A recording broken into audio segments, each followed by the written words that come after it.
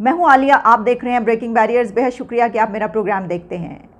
सूरत हाल बहुत गंभीर है और बहुत ही नाजुक सूरत हाल है। इतनी नाजुक सूरत हाल है कि अब आर्मी की तरफ से वार्निंग जारी की गई है। ये जो इल्ज़ामबाजी चल रही है और एलिगेशंस का सिलसिला जारी है, शौकत तरीन का इसमें क्या अमल दखल है और शाहीन सहबाई ने उनके मुतालिक क्या कहा था कि जिसके मुतालिक DGISPR ने वार्निंग जारी की है, वो क्या है आपको मैं ये भी बताऊंगी। इसी के साथ आखिर वज़ीर आज़म को क्या हो गया है, वो छोटे छोटे फैसले करते हुए भी क्यों घबरा रहे हैं कि पाकिस्तान की मार्केटें 8:30 बजे बंद हो जाएंगी, 8 बजे बंद हो जाएंगी, बिजली का बहुत ज़्यादा मसाइल हैं। ये फ़ैसला करते हुए इतनी घबराहट किस चीज़ की हो रही है और आखिर हमारे मुल्क में डकैतियों की और कत्लों की वारदातें इतनी ज़्यादा क्यों बढ़ती चली जा रही हैं। इतनी वीडियोस वायरल हो रही हैं कि मोबाइल भर जाता है ऐसी वीडियोस से। और इसके अलावा एक और बहुत अहम बात, मैंने आपको अपने कल के प्रोग्राम में, यानी लास्ट मेरा जो व्लॉग था उसमें मैंने आपको ये कहा था कि इमरान खान अब एक मरतबा फिर बैकडोर चैनल यूज़ कर रहे हैं। तो एक प्रोग्राम जो कि शाजिब खानज़ादा का प्रोग्राम है, उसमें ख्वाजा आसिफ ने ये बात कह दी है कि इमरान खान स्टैब्लिशमेंट से राब्ते कर रहे हैं। जब मैंने प्रोग्राम किया था उस वक्त तक मैंने वो प्रोग्राम नहीं देखा था, लेकिन उसके बाद जब मैंने वो देखा तो मैंने सोचा कि आज जो हमने कहा वो सच साबित हो रहा है, तो आज हम उसको भी अपने प्रोग्राम में शामिल करेंगे। लेकिन आगाज़ करते हैं उस वार्निंग से। ये क्या हो गया? इमरान खान तो इतने दिनों से, इतने अरसे से ऐसी इल्ज़ामात लगा रहे हैं जनाब। उन्होंने तो ईंट से ईंट बजा के रख दी है। उन्होंने, उनकी टीम ने सोशल मीडिया पे कैसे कैसे ट्रेंड चल रहे हैं कितने दिन से और नाम ले लेके चल रहे हैं, उसके ऊपर कोई एक्शन नहीं लिया गया। लेकिन अब एक मसले पर एक्शन ले लिया गया। DGISPR की तरफ से वार्निंग जारी की गई है जिसमें कहा गया है कि जो बेसलेस एलिगेशंस इदारे यानी कि आर्मी के ख़िलाफ़ और पर्सनालिटीज़ के ख़िलाफ़, जिसमें आर्मी चीफ भी शामिल हैं, इनके खिलाफ जो बेसलेस एलिगेशंस का सिलसिला है इसको बंद किया जाए। People involved in peddling malicious allegations against leadership to face legal action warns army. PR की तरफ से जो कहा गया है वो ये है कि साबिक वज़ीर ख़जाना, एक्स फाइनेंस मिनिस्टर के हवाले से सोशल मीडिया पर लगाए गए इल्ज़ामात बेसलेस हैं, बेबुनियाद प्रोपेगेंडा है और कुछ शौकत तरीन ने भी इसकी तरदीद कर दी है। और ISPR का ये कहना था कि ज़ाती मफादात के लिए इदारे और क़यादत यानी कि इंस्टीट्यूशन और उसकी लीडरशिप पर इल्ज़ामात और झूठ बोलना काबिल मज़म्मत है, इसको कंडेम किया जाना चाहिए। और ISPR ने इसके अलावा ये भी कहा कि इदारा ऐसी हरकत में मुलव्वस अफराद के ख़िलाफ़ कानूनी कार्रवाई का हक़ रखता है। जो मैंने आपको बताया, मैंने आपको एग्जैक्टली जो वर्ड्स हैं उनके वो भी बता दिए पढ़ के, ताकि हो सकता है कि हम कुछ से कुछ पढ़ दें और उसके बाद पता चले कुछ से कुछ हो गया, जैसा कि अभी इस वक्त हो रहा है। हमारे खिलाफ भी कोई वार्निंग ना आ जाए भाई। शाहीन सहबाई ने अपनी ट्वीट में लिखा था, पर्दा उठ गया, मैं जल्द लिखूंगा क्यों सबसे बड़े न्यूट्रल जिनको शौकत तरीन ने सारी कहानी सुनाकर कैसे उनसे कहा गया कि इमरान को छोड़कर शहबाज की हुकूमत की मदद करें। IMF जाकर बेनकाब कर दिया है, अब सख्त घबरा रहे हैं और बाकी 4 महीने क्यों नहीं गुजर रहे। खौफनाक, दिल हिला देने वाली कहानी, ज़रा इंतज़ार। वैसे ये ट्वीट इस किस्म की है कि मुझे सही तरीके से इसकी जो है वो समझ में नहीं आई, यानी अब बहरहाल उनका इसमें मकसद ये कि शौकत तरीन को ये कहा गया और इदारे की तरफ से या बिग पर्सनालिटी की तरफ से कहा गया। इसके ऊपर शौकत तरीन ने इसको डिनाई किया। उनका कहना है, I categorically deny what has been attributed to me by Shaheen Sehbai. I was never by anyone in the establishment to leave IK and join Shahbaz Sharif government. उसके बाद शाहीन सहबाई ने क्या किया, उन्होंने एक क्लिप पोस्ट कर दिया और उस क्लिप में, जो कि ARY TV चैनल का है, और उसमें गुलाम हुसैन साहब के जो प्रोग्राम है उसमें बैठकर शाहीन सहबाई ये बता रहे हैं कि एक मीटिंग हुई थी और उस मीटिंग में वो भी थे शामिल, उनको भी बुलाया गया। उनको पहले ये नहीं पता था कि वो मीटिंग किस हवाले से क्या है। उसमें जो न्यू फाइनेंस मिनिस्टर हैं वो भी मौजूद थे, कुछ और कैबिनेट के, नई कैबिनेट के लोग थे और इसके अलावा आर्मी चीफ भी मौजूद थे। तो उसमें ये कहा जा रहा था कि जो IMF के चैलेंजेस हैं इससे कैसे निपटा जाए, क्या फ़ैसले किए जाएँ। तो शौकत तरीन, ज़ाहिर है कि वो एक फाइनेंस के हवाले से उनकी एक्सपर्टीज़ हैं, तो उनसे भी पूछा गया होगा, उनसे सवाल किए गए होंगे और कि भाई इसमें क्या किया जाए, क्या ना किया जाए। ये सब हुआ उस मीटिंग में। और इस क्लिप में शाहीन सहबाई ने जो पोस्ट किया, इसमें शौकत तरीन ये कहते हुए नज़र आ रहे हैं कि मैंने उस वक्त ये कह दिया कि अगर तो आप मुझे ये कह रहे हैं कि मैं इमरान खान को छोड़ के और नई हुकूमत का साथ दूँ, और क्योंकि इनको उतारा गया है, हमारी हुकूमत को ज़बरदस्ती उतारा गया, तो मैं तो ऐसा नहीं करूँगा, मैं इसमें साथ नहीं दे रहा। अच्छा, उस क्लिप में बैठकर ये कह रहे हैं।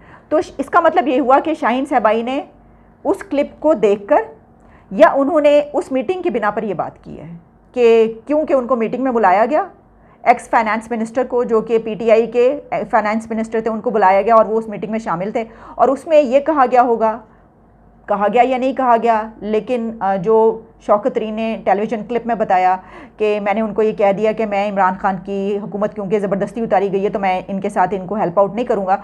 तो हो सकता है कि ये कहा गया हो कि क्या इनको हेल्प आउट करेंगे क्या, या हो सकता है कि फाइनेंस मिनिस्टर मिफ्ता इस्माइल या गवर्नमेंट के जो लोग उसमें शामिल थे उन्हीं की तरफ से कहा गया हो कि आप हमें हमारी मदद करें इसमें, क्योंकि आप इससे पहले डील कर रहे थे। अच्छा, इसमें एक और बड़ी ख़ास बात है, वो ये है कि देखें, अगर तो फाइनेंस मिनिस्टर पहले शौकत तरीन ना होते और वो IMF का ये प्लान डील ना कर रहे होते तो फिर तो उनको शायद ना बुलाया जाता। हो सकता है कि उनको मीटिंग में इस वजह से बुलाया गया हो क्योंकि वो इससे पहले IMF का प्लान देख रहे थे, और हुकूमत की ये शिकायत है कि IMF के प्लान से का तो बेड़ा गर्क कर दिया इन्होंने और हम क्या करें इसमें।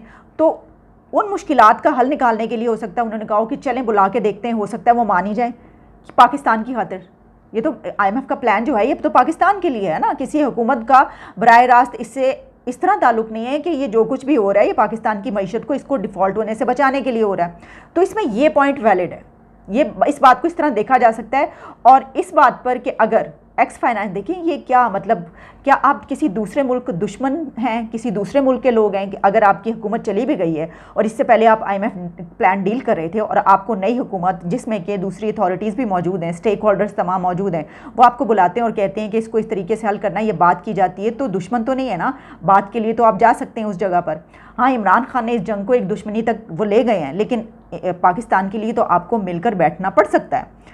तो ये बात, इसको इस तरह लिया जाना चाहिए मेरे अपने ख्याल में कि जो शाहीन साहबाई ने बात की है उनको ये बात ये पता चली होगी, लेकिन उन्होंने शायद ये ना सोचा हो कि देखें वो इससे पहले IMF का प्लान डील कर रहे थे तो उनको बुलाना पड़ता है। अगर वहाँ पर आर्मी चीफ ना भी होते, फ़र्ज़ कीजिए कि सिर्फ गवर्नमेंट की अथॉरिटीज़ होती तो वो भी तो बुला सकती थी, वो तो बाई चांस उस वक्त आर्मी चीफ मौजूद थे। अच्छा, इसको इस तरह भी देखा जा सकता है कि ये पहली दफ़ा तो नहीं है, पाकिस्तान की हिस्ट्री से लेकर अब तक क्या इन्वॉल्वमेंट्स नहीं थी, रही है ना हमेशा से। तो खान साहब को और उनके लोगों को अभी अभी याद आया है और इस वक्त भी इमरान खान स्टैब्लिशमेंट की तरफ देख रहे हैं। जिस तरह मैंने आपको बताया, ख्वाजा आसिफ ने शाजिब खानज़ादा जियो के प्रोग्राम में आकर ये बात की है, काफ़ी उन्होंने तफसीली बात की कि जिसमें उन्होंने कहा कि इमरान खान स्टैब्लिशमेंट से रब्ता कर रहे हैं क्योंकि वो इस वक्त बहुत बौखला गए हैं, उनके पास कोई रास्ता नहीं है और सान ख़ता हो गए हैं। वही बातें उन्होंने दोहराई जो मैंने अपने कल के प्रोग्राम में की थी, क्योंकि खान साहब जब बात कर रहे होते हैं इतनी तो ऑब्जर्वेशन है, लोग अंदाज़ा कर लेते हैं कहाँ से बात करें, क्या बात करें। तो उन्होंने ये बात की। तो अगर इमरान खान अभी भी, अगर ये इतना ज़्यादा एतराज़ है, जैसे कि अगर उनके जो सपोर्टर्स हैं इमरान खान के और वो ये ऐसे लिखते हुए नज़र आ रहे हैं कि जी फाइनेंस मिनिस्टर को अपनी तरफ बुलाने की कोशिश की, इसको ये कहा उसको वो कहा, तो फिर तो उनको ये चाहिए कि इमरान खान से कहें कि चुप करके बैठें, आप क्यों स्टैब्लिशमेंट से रब्ता कर रहे हैं, आप एक मरतबा फिर उनसे क्यों रब्ता करें, आपने क्यों उनके नीचे लगना है। या तो वो ये बात बताएं और शाहीन साहबाई भी ये बात बताएं कि उनको बाकायदा ये कहा गया, कैटेगोरिकली उनको ये कहा गया था ऐसा करें कि आप PTI और इमरान खान को छोड़ दें और इनके साथ शामिल हो जाएं, ये बात वो करें तो तब तो। लेकिन ऐसा नहीं कहा जा सकता था क्योंकि वो किस तरह आएंगे, वो तो एज ए फाइनेंस मिनिस्टर ही आएंगे। तो फाइनेंस मिनिस्टर तो ऑलरेडी मिफ्ता इस्माइल है इस गवर्नमेंट के, तो यही कहा गया होगा ना कि जनाब मशवरा दें कि कैसे चैलेंजेस से निपटे, ये गंद करके गए हैं आप, बारूदी सुरंग जो बिछा के गए हैं उसको ठीक करने का ज़रा आप कोई तरीका बताएं, यही कहा गया होगा। तो ये तो ऐसी बात नहीं है। हो सकता है कि इस पर बहुत सारे लोग मुख्तलिफ तरह से तज्जिया करें। मेरे अपने नज़दीक इससे कतर नज़र के इंटरवेंशंस, इंटरफेरेंस सब कुछ मौजूद है, लेकिन ये वाली बात अगर मीटिंग में उनको बुला के ऐसा कुछ कहा गया है तो ये मुल्क के लिए कहा गया है, ये हुकूमत के लिए नहीं कहा गया। जो वो गंद करके गए हैं उनको साफ़ करने के लिए बुलाया गया होगा। अब आते हैं अपने अलग टॉपिक की तरफ, और वो ये है कि प्राइम मिनिस्टर शहबाज शरीफ इतने छोटे छोटे फ़ैसले भी क्यों नहीं कर पा रहे। फ़ैसला ये करना है कि इस वक्त पाकिस्तान जिस बिजली के बहरान से गुज़र रहा है उसमें पाकिस्तान की मार्केट्स 8 बजे 8:30 बजे बंद कर दी जाएँ। पहले भी ये फ़ैसला किया गया, फिर ख़त्म हो गया, अब फिर एक मरतबा ये फ़ैसला किया गया। कौमी इक़्तिसादी कौंसिल का एक सेशन हुआ, उस सेशन में ये इस तरह के फ़ैसले किए गए जिसमें यह कहा गया है कि अब पूरे मुल्क की मार्केट्स जो हैं वो 8 साढ़े 8 बजे बंद कर दी जाएंगी। अच्छा, इसके बावजूद भी कहा गया है कि ये तजवीज़ है, रिकमेंडेशन है, तो तमाम जितने प्रोविंसेस हैं वो इसके ऊपर गौर कर लें। भाई ये बात, आप इतनी कौन सी बड़ी बात है, आपकी बिजली बचेगी, आप ये करना चाहते हैं आप करके देख लें, आपको ज़रूर करना चाहिए। आप पूरी दुनिया का उठा के देखें। अच्छा, पूरी दुनिया जब हम कहते हैं तो पूरी दुनिया नहीं है, कहा जाता है ना कि देखें सिर्फ पाकिस्तान के अलावा या आप कह लें इस रीजन के अलावा, वैसे तो इंडिया में भी रात गए तक मेरा ख्याल है कि मार्केट्स खुली रहती हैं और सुबह वहाँ पर भी मेरा ख्याल है कि 11 बजे ही मार्केट्स खुलती हैं। पाकिस्तान में भी यही होता है कि सुबह 11 बजे दुकानें खुलेंगी और रात को बहुत देर तक 12-12 बजे तक दुकानें खुली रहती हैं, शॉपिंगें हो रही होती हैं। और आप जानते हैं कि कितनी इसमें लाइट खर्च होती है कि पूरे मुल्क की दुकानें रात 12 बजे तक खुली हुई होंगी तो क्या सूरत हाल होगी। तो जो ये बात कही जाती है कि पूरी दुनिया में ये होता है कि दिन के वक्त शॉपिंग होती है, यानी 5 बजे पूरी दुनिया की दुकानें बंद हो जाती हैं, तो वो पूरी दुनिया नहीं है। यूरोपियन कंट्रीज़ हैं ऐसे, यूके भी यही इन कंट्रीज़ में शामिल होता है और यूरोपियन कंट्रीज़ भी कुछ इसी में शामिल होते हैं। उनका तरीक़ाकार क्या है? उनका ये है कि वो 9 बजे मार्केट्स खोलते हैं और 8 बजे भी खुल जाती हैं समटाइम्स, और 5 बजे मार्केट्स बंद हो जाती हैं। यानी जिस तरह के हमारे साथ भी ऐसा कई दफ़ा हुआ, या ये कि बहुत सारे लोगों के साथ ऐसा होता होगा, जब आपको एक रूटीन लाइफ की ये आदत हो कि अपने मुल्क में आप कभी भी मुंह उठ के चले जाएं, रात को 11 बजे निकलें, गाड़ी निकालें और चलें जी ये चीज़ लेनी है, चलें वहाँ से जाके ले लेते हैं, और आप पहुँचे तो मार्केटें खुली होंगी, आपको पता है कि अभी तो 1 घंटा है बंद होने में। लेकिन वहाँ पर जब आप ये सोचते हैं तो ऐसा नहीं होता। आपको अगर शॉपिंग करनी है तो अगर आप जॉब पर हैं, इजाज़त लेके जाएंगे कि जी मैंने बड़ी ज़रूरी शॉपिंग करनी है और मुझे जाना है, या फिर आप छुट्टी वाले दिन जाएंगे, सैटरडे संडे को जाएंगे और अपनी शॉपिंग करेंगे, या आप कोई भी ऐसा टाइम निकालेंगे, 5 बजे तमाम मार्केट्स बंद। यूके और कुछ यूरोपियन कंट्रीज़, यूएस में ऐसा नहीं है। अमेरिका में दुकानें और मार्केट्स सुबह 7 बजे भी खुल जाती हैं और सुबह 8 बजे भी खुल जाती हैं। ख़ास तौर पर जो ग्रॉसरी स्टोर्स और ऐसे स्टोर्स होते हैं जहाँ से आपको खाने पीने की और ऐसी तमाम चीज़ें मिल जाती हैं, और बल्कि 8-9 बजे तक सारी दुकानें खुल जाती हैं, और रात को 8-9-10 बजे तक वो खुला रहता है। अमेरिका में भी यही सिस्टम है। लेकिन पाकिस्तान में तो ये है ना कि यहाँ पर सुबह देर से खुलती हैं दुकानें, हड हरामी, बहुत ज़्यादा हड हराम है हम। यानी आप देखें कि अमेरिका का खैर लाइफ स्टाइल बहुत फ़ास्ट है, बहुत फ़ास्ट है। वहाँ पे इतना ट्रैवल होता है और ऐसा लाइफ स्टाइल है, वहाँ पे टूरिज़्म है, सब कुछ है। तो वो ये है कि सुबह 7 बजे 8 बजे अगर कोई निकल रहा है काम के लिए जा रहा है तो वो कॉफ़ी बाहर से ही पकड़ेगा, वो अपना ब्रेकफास्ट बाहर से ले लेगा, या उसके पास अगर सारा दिन टाइम नहीं है तो वो सुबह सुबह अपनी शॉपिंग करता हुआ जाएगा। ये वजूहत है। यहाँ पर तो हड हरामी की सबको आदत, जो स्कूल कॉलेज जाते हैं वो वहाँ पर चले गए, जिन्होंने जाना है अपनी जॉब से वहाँ पर चले गए, और वहाँ से उठ के आना भी कोई मसला नहीं है। 11 बजे आराम से उठेंगे और कोई सौदा सलफ लाना है या जो भी करना है शॉपिंग, वो आप जाएंगे। वहाँ पर ऐसा नहीं है। तो ये फ़र्क है। लेकिन ये है कि पाकिस्तान को इसमें सबसे अहम कदम ये उठाना चाहिए कि सोलर सिस्टम की तरफ जाएं, और सोलर सिस्टम इस वक्त पूरी दुनिया में हो रहा है। यहाँ पर आप कोई ऐसी एक इस्टेब्लिश करें ये सिस्टम कि जिस पे आप इस सूरज से फ़ायदा उठा सकें। ये बहुत हम मुश्किलात की तरफ बढ़ते चले जा रहे हैं, और इतनी बड़ी कौन सी प्रॉब्लम हो गई है ये समझ में नहीं आ रही कि फ़ैसला नहीं हो पा रहा। This is unbelievable. तो ये बड़े बड़े फ़ैसले आप कैसे करेंगे अगर आप ये फ़ैसला नहीं कर पा रहे कि पाकिस्तान की दुकानें 8 बजे 8:30 बजे बंद हो जाएंगी? क्यों नहीं फ़ैसला कर पा रहे आप? और 8 8:30 भी बहुत ज़्यादा है, 6 बजे दुकानें बंद हो जानी चाहिए, क्योंकि आप 6 7 8 3.5-4 घंटे आप लाइट जलाकर काम करेंगे। क्यों? आप उनसे कहें सुबह खोलें 8 बजे दुकानें, सुबह 8 बजे दुकानें खोलें और शाम को 6 बजे बंद कर दें। होना ये चाहिए। अभी भी 8:30 बजे का टाइम क्यों? मेरे अपने मुताबिक तो ये बात है।